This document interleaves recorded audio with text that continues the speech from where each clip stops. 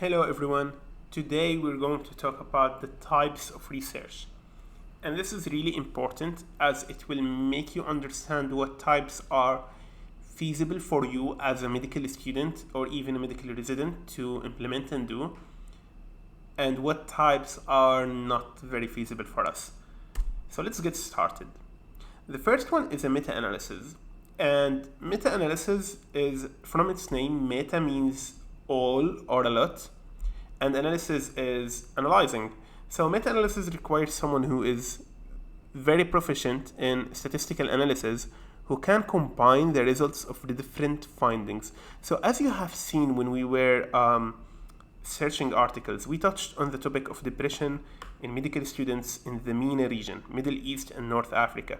So if someone decided to do a systematic review and meta-analysis on this, they will have to systematically, which is the word in systematic review, systematically search for all the articles on depression and anxiety in MENA medical students, and then take results out of these studies and do a meta-analysis to come out with 1% describing the prevalence of depression among medical students in the MENA region. So let me repeat that.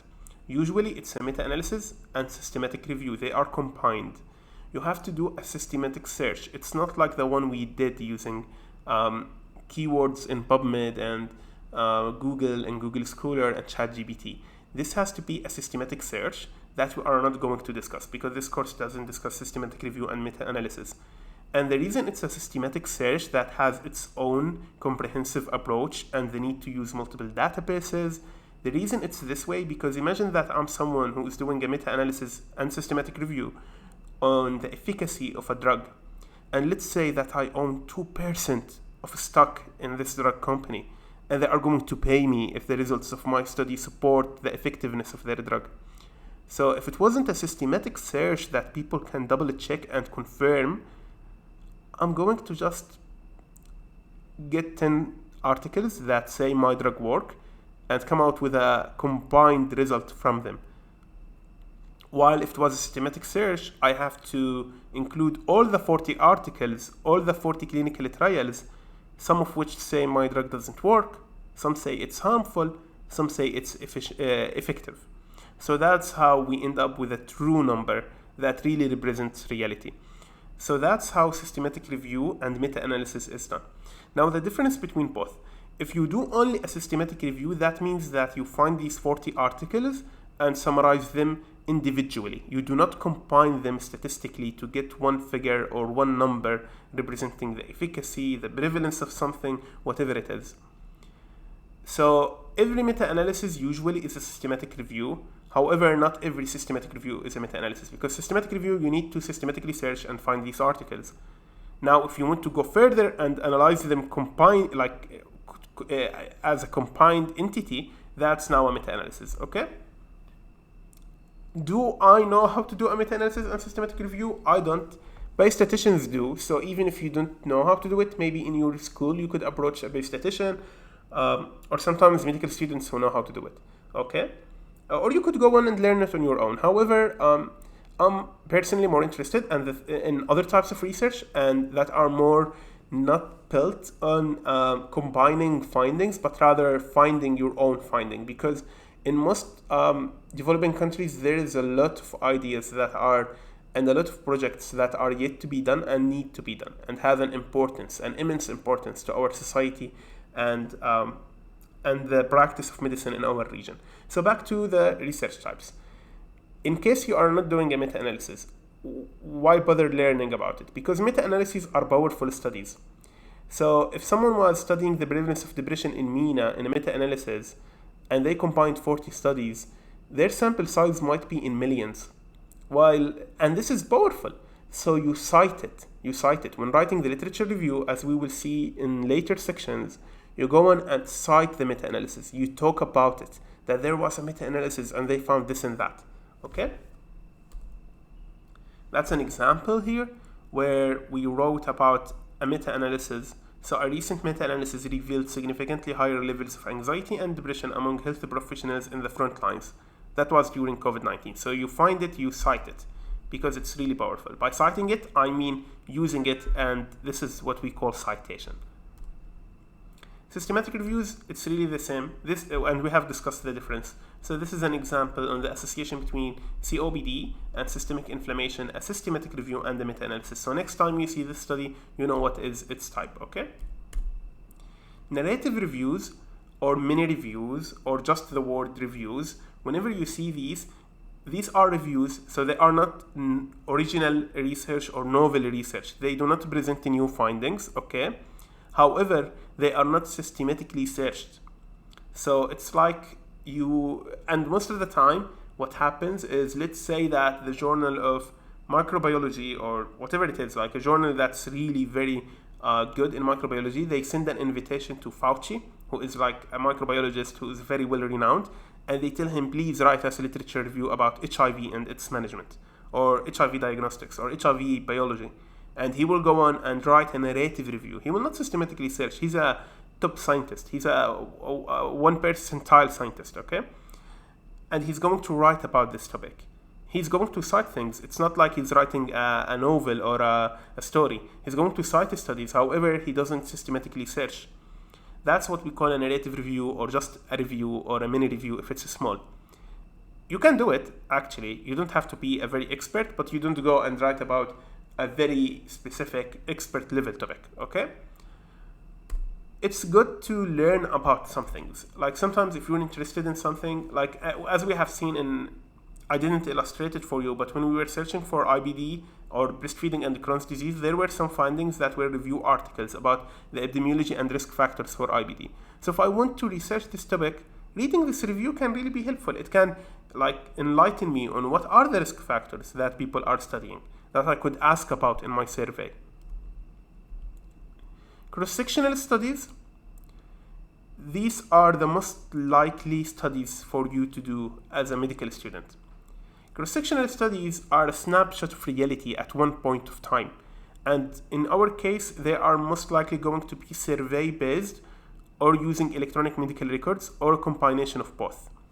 So let's say that these are our lovely medical students and we want to study the prevalence of stress, so stress symptoms among them.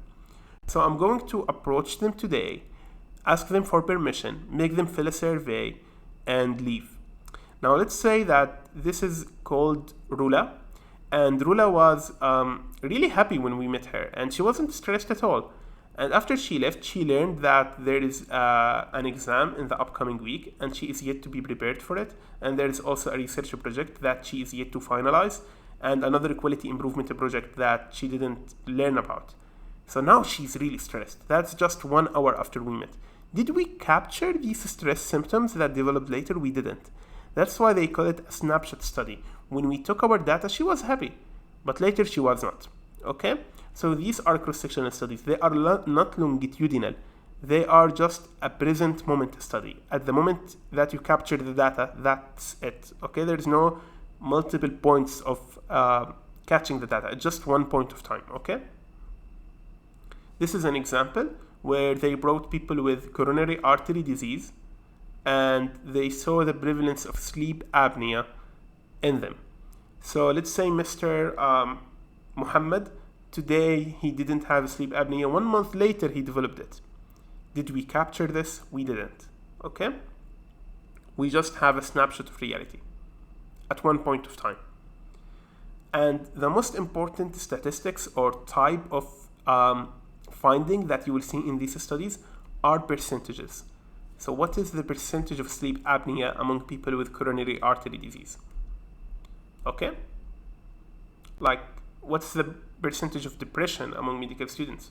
What's the percentage of autism among children who are premature? These kind of findings, okay? Last 2 types that I'm going to touch on in this video are case report and case series.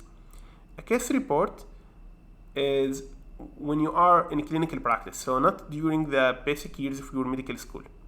And there is an interesting case that is maybe atypical or very rare, and most likely your consultant or the senior physician will be interested in writing a case report, or you might approach them and tell them, how about writing a case report about it? But really, don't go and tell them, I want to write a case report about someone who has diabetes and now they are having ischemia in their toes and they require amputation.